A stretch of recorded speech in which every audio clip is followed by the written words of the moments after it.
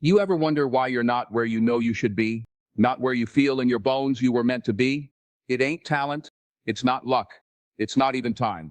It's something quieter, something softer, something hiding in the corners of your life, like a shadow, whispering just loud enough for you to believe it. That thing? It's your weak feelings. Yeah, that voice that says, maybe later. That tension in your chest that says, what if I fail? That thought that creeps in when no one's watching. You're not ready. You're not enough. And the worst part, you listen to it. You let it rock you back to sleep when your dream was just about to open its eyes. You let it talk you out of greatness because it sounded like safety. But let me ask you something. What if that voice doesn't love you? What if that voice isn't trying to protect you? What if it's trying to control you?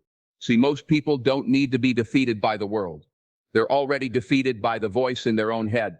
A voice that sounds like your own, but it ain't you. It's a liar. And tonight, this morning, this moment right here, you go and make a decision to stop negotiating with weakness, to stop shaking hands with fear, to stop calling your feelings facts, because feelings will fool you. And if you keep living like they're in charge, you're going to look up 5, 10, 15 years from now and realize you've been loyal to the wrong voice. But not today. Today, we expose it, we confront it, we kill it, because your future doesn't belong to the weak. It belongs to the willing. Let's get to work. You wake up in the morning, and there it is, that feeling, that heaviness in your chest, that doubt in your gut, that whisper that says, why bother? You're not ready. You're not built for this. And the crazy part, you believe it. You treat that feeling like gospel. You take it as truth, but it's not the truth. It's a trap. Weak feelings are the oldest trick in the book. They don't need to stop you with force. All they got to do is slow you down with hesitation. See, weakness doesn't knock on the door and announce itself. It shows up wearing the face of reason. It comes dressed like rest. It sounds like maybe you should wait. It sounds like you're doing fine, don't push too hard. But here's what nobody tells you. The voice that feels safe, that voice is often the enemy. You can't measure your life by emotion. If you did, you'd never do anything that matters. Because the moment you chase something real, something big, something bold, that's when the weak feelings show up. Fear, insecurity, anxiety, laziness, all of it. Not because you're failing, but because you're finally stepping towards something worth it. And that's when you have to wake up and realize your feelings are not facts. Just because you feel tired doesn't mean you are finished. Just because you feel afraid doesn't mean you are in danger. Weak feelings are not a signal to stop. They're a sign you're close to something powerful. That resistance you feel, that pressure in your chest, that's not weakness telling you to quit. That's greatness trying to be born. But it will not be born through comfort. It will not arrive through ease. And it definitely won't show up if you're bowing to every emotion that walks into your mind. You've got to learn to feel the fear and move anyway. You've got to hear the doubt and speak truth over it. You've got to be stronger than the mood you're in. Because if you don't kill your weak feelings, they will kill your momentum. They will sabotage your mission. You are not what you feel in your weakest moment. You are what you decide to do in spite of it. So stop letting lies lead you. Stop letting soft emotions steer the wheel. And take the wheel back. Every single day you wake up, you are handed a choice. Not 100 choices. Just one. Either you feed the weakness, or you fight it. And let me tell you right now, there's only one weapon strong enough to slice through fear, laziness, procrastination, and self-pity. And that's discipline. Discipline is the knife. It's not flashy. It's not loud. It doesn't get applause, but it cuts. And if you don't pick it up, you will be eaten alive by the excuses you've been rehearsing since you were 12 years old. Discipline doesn't care about how you feel. It's not asking for your mood, your opinion, or your convenience. It just shows up every morning, ready to work. You don't rise by motivation. You rise by decision. And then you repeat that decision every single day, whether it feels good or not, whether you're tired or sore or frustrated, whether people support you or mock you, whether the door opens or slams in your face. You want to kill the weak voice in your head that says, skip today, take it easy, nobody will know. You want to silence that, pick up discipline, get up early when your body wants to stay down, train when it hurts, study when it's boring, work when nobody's clapping, grind when no one's watching. That's how you cut the weakness out. Every rep, every page, Every silent hour you invest, that's a slice against your past self. A blow to your old habits, a wound to your former fears. Discipline is violent in the best way. It doesn't whisper, it carves, it scars, it makes a statement. It says, I'm not here to play. I'm here to build something eternal. Because guess what? Weakness grows in comfort. It multiplies in laziness. It survives off of soft choices, but it dies in the presence of discipline. It suffocates when you stop negotiating and start acting. So sharpen your blade, wake up with fire, walk in purpose, and swing that knife with precision every time your feelings try to run the show. Discipline isn't a mood, it's a weapon. And it's time you started using it. Comfort is a slow killer. It doesn't take you out with a bang. It doesn't make a scene. It lulls you to sleep, rocks you gently, while your potential starves in silence. Comfort feels good in the moment, but it's a trap. A beautiful, cozy, dangerous trap. And if you're not careful, you'll confuse feeling safe with being successful. You'll start thinking peace means progress. But sometimes, peace is just surrender in disguise. The real battle, it's not out there. It's not with the world. It's not with your job or your background or your circumstances.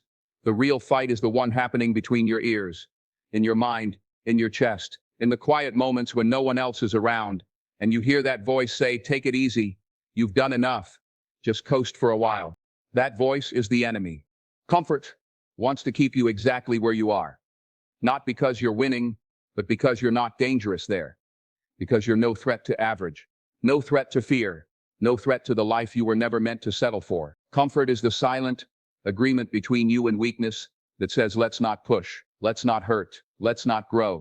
But if you want more, if you dare to chase what's inside you, then comfort has to die. You can't walk in purpose and sleep in comfort. You can't be sharp and soft at the same time. You've got to choose, and most people, they don't lose to failure. They lose to comfort. They lose because they stop swinging. They stop climbing. They get a little praise, a little success, a little money, and they let the fire fade. They forget the fight. But you don't get to forget. Because your calling is bigger than your craving for easy. Your mission is stronger than your desire for peace. And the only way to rise is to go to war with the part of you that just wants to chill. That part of you that wants to stay the same. That part of you that's scared of pain, afraid of judgment, allergic to growth. Fill that part. Get uncomfortable on purpose. Seek the hard path. Put yourself in rooms that challenge your voice. Surround yourself with people who don't applaud your comfort, but demand your best. Because comfort may feel good now, but it will cost you everything later. Nobody likes pain. It burns. It breaks. It humbles. But here's the truth most people never learn. Pain is not your enemy. It's your evolution. It's not here to destroy you. It's here to define you. You think diamonds get made in silence? You think warriors get forged in peace? No. Every great thing, every strong soul, every unshakable spirit, it was built in fire. Pressure, heat, pain. The process hurts, but it's not punishment. It's preparation. The pain you're running from is the exact thing that's trying to shape you into who you're called to be. But most people never get there. You know why? Because when it starts to hurt, they tap out. They fold. They call it failure when it's actually formation. They think the pain means stop. No, pain means push. Pain means breakthrough is near. That ache in your chest, that's not weakness. That's growth trying to stretch itself inside a life that's too small for it. You've got to change how you see it. Don't curse the pain. Learn from it. Lean into it. Let it teach you. Let it reveal who you really are when things don't go your way. Let it show you how deep your drive runs when the applause stops and the lights go off. That's when the real ones are made. Not in comfort, not in praise, but in the shadows, in the struggle, when you've got every reason to quit and still choose to fight. You're not soft just because you feel pain. You're only soft if you run from it. So sit with the discomfort. Breathe in the resistance. Face the storm head on, because every tear, every scar, every late night and lonely hour, it's building something in you that ease never could. Pain sharpens you. It cleans you out. It cuts away the weakness, the doubt, the ego. It leaves you stripped down, but solid, real, battle-tested. You don't come out of pain the same. And that's the point. So stop praying it away. Start using it. Let it purify your motives. Let it expose your excuses. Let it call your bluff.